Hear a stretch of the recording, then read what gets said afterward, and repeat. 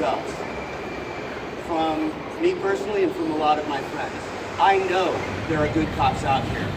I know there are good cops in Portland and Oregon that took this job that care about public safety, about children, about women, about schools, about our homeless people. I know those cops are there. As my friend Andrew Stroth will tell you in a minute, we know they are afraid too.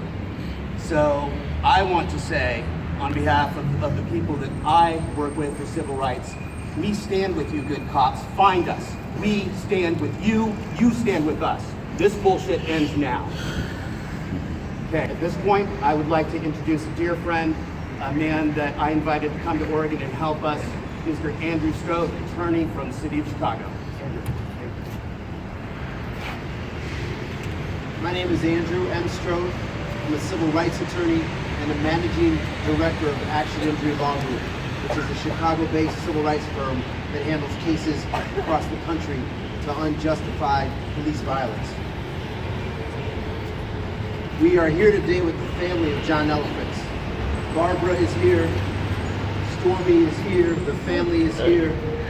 Also joining us today is our local counsel, Tim Volpert, as well as Ginger Skinner, another lawyer in Portland that's going to be working with us. On April 7th, 2018, at approximately 8 p.m., John Elephants was inside City Team Ministries shelter experiencing a mental health crisis when 8 officers stormed into the homeless shelter with their assault rifles and weapons drawn and a police-trained AK-A9 canine dog. Within seconds, these officers, with a military-style approach and weapons out, and without cause or provocation, shot and killed John Elephants.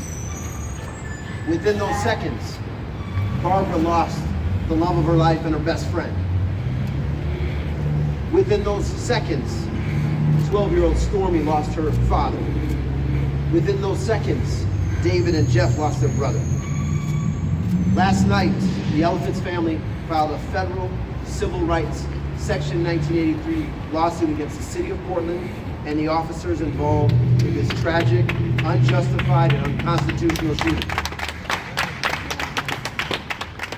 As the United States Department of Justice documented in 2012, the PPB, the Portland Police Bureau, has engaged and continues to engage in a pattern and practice of unjustified police shootings involving those suffering mental health crisis.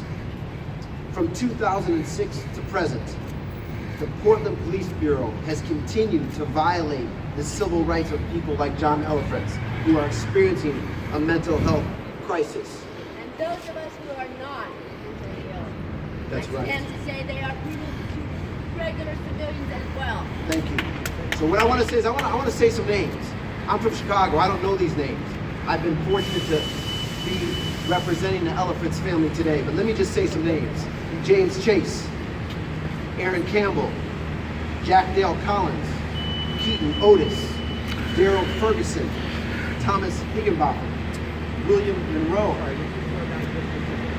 sure, James Chase, Aaron Campbell, Jack Dale Collins, Keaton Otis, Daryl Ferguson, Thomas Higginbotham, William Monroe, Bradley Morgan, Billy Wayne Sims, Merle Hatch, Santiago Cisneros, Kelly Shabada, Nick Davis, Christopher Healy, Michael Harrison, Alan Ballou, David Jameis Ellis, Michael Johnson, Stephen Liffle, Juanis Hayes, Terrell Johnson, Chase Peoples, Sarah Michelle Brown, and many others. Kendra James, Deontay Keller, Christopher Kalanji. Christopher Kalanji. It's Cody Phelps. It's amazing to me that a city of Portland is supposed to be one of the most livable cities in America that attracts tourism and businesses and people are killing folks on these streets. The question is, when is enough and enough? And when will leadership, when will Ted Wheeler, when will Chief Outlaw, When will the City Corporation Council address the issues identified by the United States Department of Justice? While there is a settlement agreement in place, and while there's been audits, and while even today City Council is meeting and having discussions, the reality is individuals continue to die in these streets. 12-year-old Stormy will never see her father again, and it's because the unjustified and unconstitutional actions of the Portland Police Bureau. Today we're here because the Elephants family stands here in pursuit of justice. And what does justice constitute? What that means is an independent, transparent investigation and holding the city of Portland accountable for the tragic death of John Elephants and other victims of the Portland Police Bureau. And what I've seen as a systemic failure to address the findings of the United States Department of Justice. The family demands justice.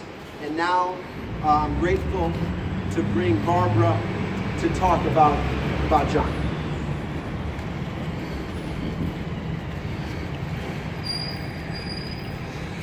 First of all, I'd like to thank everyone for being here this morning. I knew John for almost 30 years. And I loved him for the last 17 and a half years. And I was lucky enough to spend the last 4 months with him killed. There is nothing that I can do that's going to bring him back. But if we all stand together, maybe another family won't have to go through this. And that's what we want. That's all I got.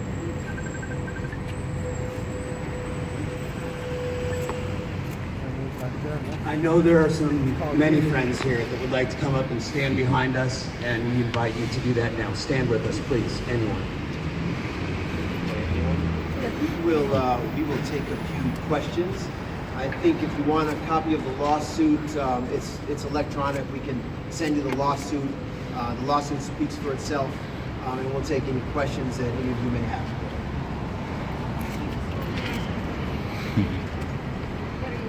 I mean, at this stage, we just filed the lawsuit last night. We will serve the city. We will go through the discovery process. This lawsuit is about reform. And what's amazing to me is you have a Department of Justice report, you have a settlement agreement in place, and you have a city and police department that, from our view, hasn't changed. So as far as monetary relief, I mean, we'll go through the process. We want to change in the PPD. I know your firm was conducting its own investigation into the incident. What's the status of that? Ongoing. We're still waiting for discovery. The city is going to be showing us additional videos. I mean, we need to see all the evidence. There were several witnesses. There was a lot of video. And from our perspective, the PPB militarized and did not de-escalate a situation of a person in mental health crisis. And the primary foundation of the Department of Justice report was the failure by PPB officers to deal in situations involving folks experiencing mental health trauma or crisis. Is the Bureau and the city cooperating in the investigation? We'll go through the process. We'll see. I got a couple videos of them calling CERT out on mental health crisis situations. Do you plan on addressing that? You know, we're here today on behalf of the Elephants family, and we're going to focus on this case, but we think this case can have implications far beyond just this case. Yes, ma'am. I want to say, I know someone who was at 60 Ministries the night, it was a Sunday night, wasn't it? That happened, and she was shattered. She was shattered. She said, police were rushing in like militia. So please, She was shattered. no, so please talk to Jeff. We want to talk to all witnesses. And I have something to say for myself. I came to Portland to try to get justice against the sexual abuser that I was married to and who committed pedophilia against my children. And the police department refuses to take an accurate report, and they banned me from going there to get justice, and they have refused to release any records at $30 a piece. They have thwarted justice, and I'm standing with you against their brutality. And I was never one to say that the police were brutal. I thought they had a job to do, but they have been absolutely brutal, without cause.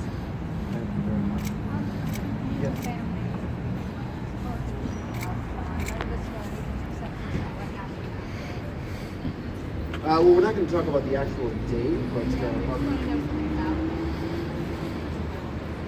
Barbara's asked me to share some words about John. Barbara and I have talked a lot. I think we met the day after John was killed. John was known as a big teddy bear. John was kind of the neighborhood dad. Kids had trouble at home, they'd go to Barbara John's house. They'd make sure they called their parents. They'd make sure that their parents knew where they were, what they were doing, and that they were safe and would be home. John helped kids fix bikes, cars. He was a wonderful stepfather to his stepson and his stepdaughter. He was a wonderful father to Stormy, 12. I know Stormy misses him every day, and one of the first things she told me when we met was that she didn't want this to happen to anybody else's father, and that she wanted to grow up to fight for this cause. She's a remarkable young girl.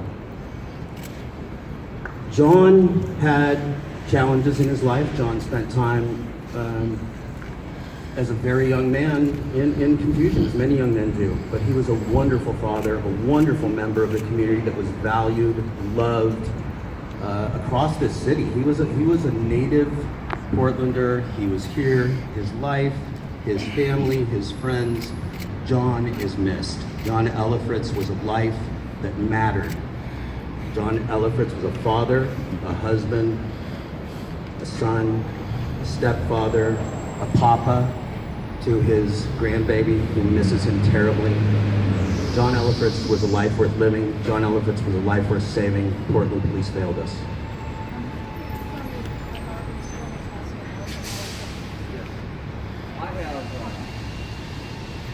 I need to talk to you. I have some footage of John, some video, and I'd like to show it to you after this. My name is Jeff Black. I live here in Portland. I am the media contact on the press release, and anybody that needs to talk to either Andrew or the Elefritz family may contact me. I'll make the appropriate arrangements with Tim Volpert, our local counsel, and with Andrew. Thank you. So any video that you have, sir, or anyone else, we want to gather all that information.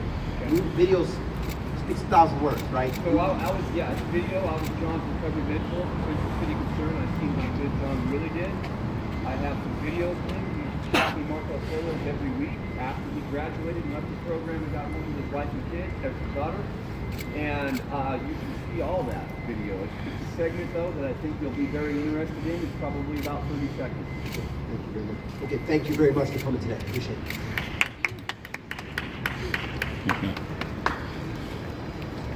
Dave. Kennedy.